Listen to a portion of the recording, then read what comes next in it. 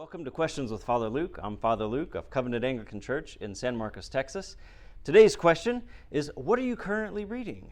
I am a reader, and I try and encourage other people to do some reading, and so that usually I have several books going on at the same time.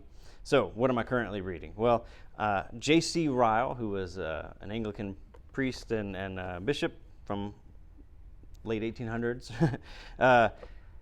he has a book called Expository Thoughts on the Gospel of Mark, and so I'm reading this. The lectionary has us going through the Gospel of Mark, and each year what I try and do is I find a passage that the lectionary is inviting us to walk through, and I'll try and find a book that I can read along with it as I'm reading and studying and thinking about things that I'll be teaching or preaching on.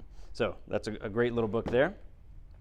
This summer I'm going to be taking a group of guys, some of our men, through a book club, and we're going to be reading a guy named Albert Walter's book, Creation Regained. And this is a wonderful little book. It develops the biblical basis for a reformational worldview, right? So that we can engage the world, right? I want to equip our men to better engage their families, engage their work, engage the cultural realities that we're swimming in, so that we can do that from a thoroughly anchored place in the biblical story of redemption. And so that's a wonderful little book that we're going to be walking through.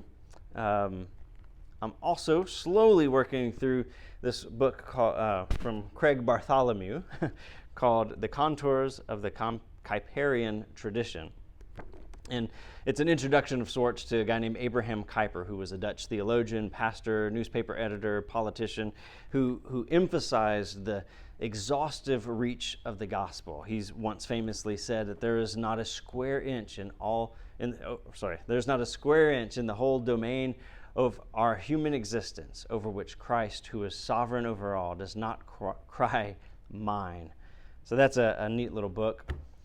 For fun, and this is a little book, I'm reading an older story by a guy named Rudyard Kipling, Captains Courageous, and this is a fictional story of a bratty kid who loses his balance, falls overboard on the ship, and that's sailing to England.